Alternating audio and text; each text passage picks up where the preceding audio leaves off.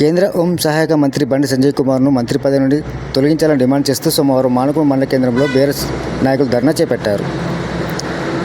కరీంనగర్ వరంగల్ జాతీయ రహదారిపై బైఠాయించి సంజయ్ కుమార్కు వ్యతిరేకంగా నినాదాలు చేస్తూ ప్లకార్డులు ప్రదర్శించారు.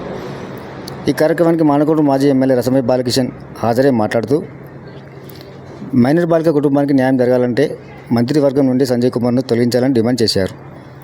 బీజేపీ బేటీ బచావో నినాదం అమలు చేస్తుంటే మంత్రివర్గం నుండి సంజయ్ తొలగించి బాధిత కుటుంబానికి న్యాయం చేయాలని డిమాండ్ చేశారు. ఈ కార్యక్రమంలో నాయకులు తాలుపల్లి శేఖర్ గౌడ్, గడ్డం నాగరాజు, కేదిరెడ్డి దేవేందర్ రెడ్డి, ఊలెంగుల ఏకానందం, శాదర జాదగిరి, ఇరకల శ్రీనివాస్ గౌడ్, గుర్ర కిరణ్ గౌడ్, పాటి శ్రేణులు పాల్గొన్నారు.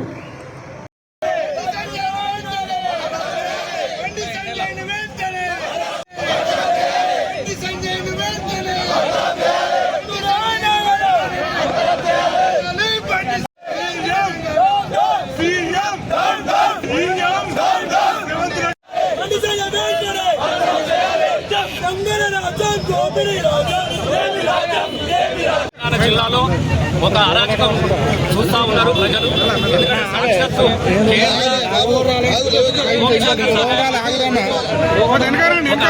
పెరిగినటువంటి ఒక మైనర్ బాలికను అనేక రకాలుగా లోపరుచుకోవాలన్న ప్రయత్నంలో ఒక అరాచకాన్ని, ఒక హత్యా ప్రయత్నంతో పాటుగా ఒక కీచక పర్వం లాగా అమ్మాయిని అనేక రకాలుగా వేధిస్తే అలా తల్లిదండ్రులు సాక్షాత్తు పోలీస్ స్టేషన్కి వెళ్ళి వాళ్ళు మా అమ్మాయికి ఇలా అన్యాయం జరిగింది, మా అమ్మాయిని పలాని భగీరథ మా అమ్మాయిని వేధించినాడు, మా అమ్మాయి మైనర్ అమ్మాయి మాయమాటని చెప్పి మా అమ్మాయిని చాలా ఇబ్బందులకు గురి చేసిందని సాక్షాత్తు తల్లిదండ్రులు పోలీస్ స్టేషన్లో కేసు నమోదు చేయాలని చెప్పేసి దరఖాస్తు ఇచ్చి వారం 10 రోజులైనా కూడా అతను ఆచూకీ లేదని చెప్పి చెప్పడం అనేది రేవంత్ రెడ్డి ఇలా బండి సంజయ్కి ఉన్నటువంటి మైత్రి బంధము, పెవికాల బంధం అనేది ఇలా మన అందరికీ కూడా తెలిసిపోయింది. సాక్షాత్తు ఒక కేంద్ర సహాయ మంత్రి తన కొడుకును చట్ట విరుద్ధంగా తను రక్షణ ఇచ్చింది కాబట్టి ఇద్దరు కూడా బండి భగీరథతో పాటుగా బండి సంజయ్ని కూడా అరెస్ట్ చేయాలనేది మేము డిమాండ్ చేస్తా ఉన్నాము.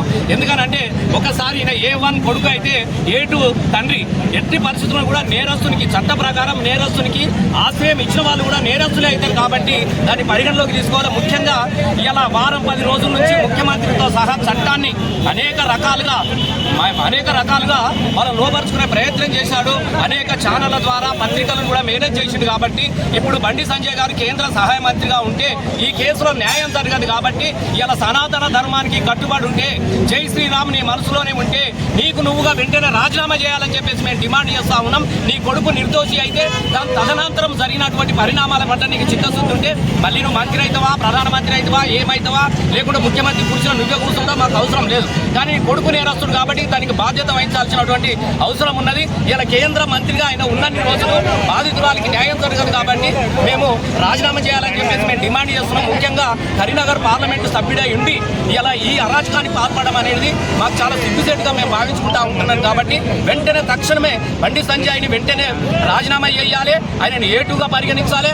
నేరస్తుడు కొడుకు అని తెలిసి పోలీసులు ఒకవైపు ఆయన కోసం గాలిస్తూ ఉంటే పోలీసులకు సహకరించాల్సినటువంటి కేంద్ర హోంశాఖ సహాయ మంత్రి తన కొడుకుని ఇంట్లో పెట్టుకున్నాడు కాబట్టి ఈయనను కూడా నేరస్తులుగా చూడాలి. సామాన్యులకు ఒక రీతి, ఇలా మిగతా వాళ్ళకు ఒక రీతిలాగా నడుస్తూ ఉన్నది కాబట్టి వెంటనే అరెస్ట్ చేయాలని చెప్పేసి మేము డిమాండ్ చేసి ఇలా మానకొండ నియోజకవర్గ కేంద్రంలో ఇలా వందలాది మందిగా దీని అందరూ కూడా నేను వెంటనే బర్తరఫ్ చేయాలని చెప్పేసి డిమాండ్ చేస్తున్నాం. బీఆర్ఎస్ పార్టీని ఇట్లు కొనుగోలు చేయలేక పొద్దుటి నుంచి రాత్రి దాకా రైతులు కుప్పల మీద వాడి మరణిస్తూ ఉంటే దాని గురించి ఇలా మాట్లాడే పరిస్థితి లేదు.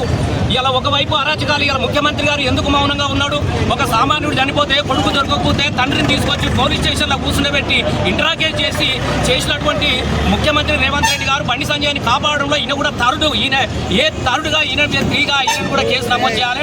ఎందుకంటే దీన్ని పట్టించుకోలేదు కాబట్టి ముఖ్యమంత్రి గారు కూడా వెంటనే దీనికి బాధ్యత వహించాలని చెప్పి కోరుతున్నాం.